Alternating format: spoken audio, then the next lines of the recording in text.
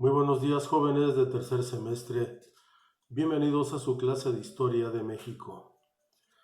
Hemos estado hablando acerca del Porfiriato y obviamente son los antecedentes de la Revolución Mexicana. El día de hoy en esta clase hablaremos acerca de los partidos políticos o también conocidos como clubs políticos. Uno de los partidos, como ya habíamos señalado en la clase anterior, que surgieron contra el régimen del presidente Díaz, va a ser el Partido Liberal Mexicano, el cual fue, pues no fundador, pero sí el líder más destacado, don Francisco Indalecio Madero. Junto con él había otro grupo de periodistas, científicos y maestros, los cuales, por temor a represalias del presidente Díaz, fueron a radicar a territorio norteamericano. Y ahí se publicaba un periódico a través del cual promocionaban su partido político. Este periódico se llamaba Regeneración y obviamente era una publicación en contra del régimen de Díaz. Otro de los partidos que se originaron fue el Partido Nacionalista Democrático. Aquí la principal figura política era don Bernardo Reyes, que también obviamente aspiraba a la presidencia. También en la Ciudad de México se creó el Club Antireeleccionista y obviamente dentro de los principales personajes se encontraban aquí José Vasconcelos y Emilio y Francisco Vázquez Gómez. Entonces, en el año 1906, el Partido Liberal Mexicano de Francisco Indalecio Madero postulaba o proponía lo siguiente: libertad política, régimen democrático, un salario mínimo de $1, jornada laboral de 8 horas, libertad de organización, prohibición del trabajo a menores de edad, higiene laboral, descanso dominical y obviamente en caso de accidente de trabajo una indemnización correspondiente. No había nada de estos argumentos o garantías o derechos antes de la Constitución de 1917. No había un salario mínimo, no había una jornada máxima, el patrón trabajaba lo que quería, laboraban desde que salía el sol hasta que se ocultaba, en fin. Entonces el Partido Liberal Mexicano de Francisco Indalecio Madero proponía esto. Bien, vamos a ver cuáles son los antecedentes de la Revolución Mexicana.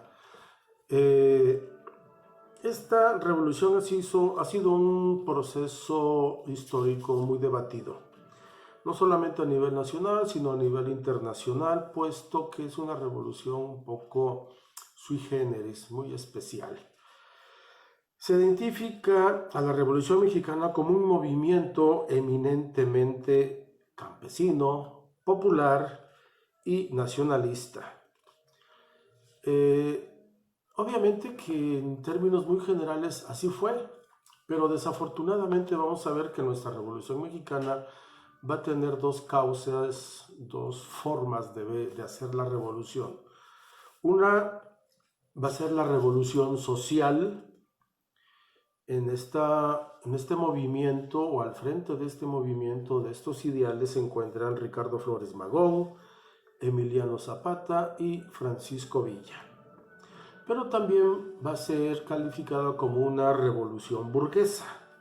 Al frente de esto se encuentra el propio Madero, Carranza y Obregón.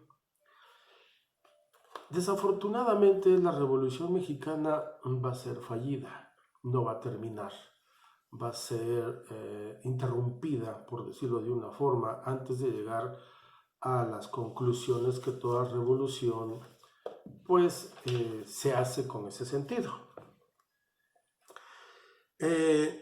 Vamos a ver que los postulados ideológicos y políticos de estos dos bandos de la Revolución Mexicana van a ser muy diferentes. En primer lugar, vamos a catalogar el concepto de revolución.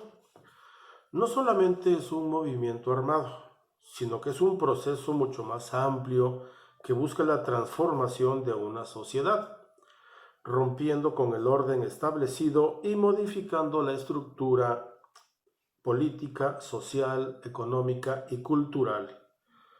Entonces, una revolución, la idea es establecer un nuevo régimen sustentado en nuevas instituciones gubernamentales y obviamente en un nuevo marco jurídico. Es decir, la revolución va a distinguirse por mucho de una rebelión, de una resistencia o de un golpe de Estado, ya que estos tres últimos simplemente lo que intentan es que los que están en el poder se hagan a un lado, como por la violencia, para que ellos nuevamente tomen ese poder y comiencen a gobernar. Entonces, las revoluciones burguesas van a luchar por establecer derechos individuales, mientras que las revoluciones socialistas pues van a incluir reformas agrarias, laborales y obviamente transformar la estructura social. Entonces, estas dos revoluciones van a tener en nuestro país esos dos cauces distintos y por lo tanto en el norte esta revolución va a tener un desarrollo muy distinto a la revolución social que se dio principalmente en el sureste de nuestro país. La próxima clase vamos a hablar acerca de las etapas del movimiento armado, la revolución, iniciando con Francisco Madero, de 1910 a 1913, en que va a ser fusilado. Bueno, asesinado. Tengan buen día, nos vemos el día viernes en clase. No olviden sus evidencias. Gracias.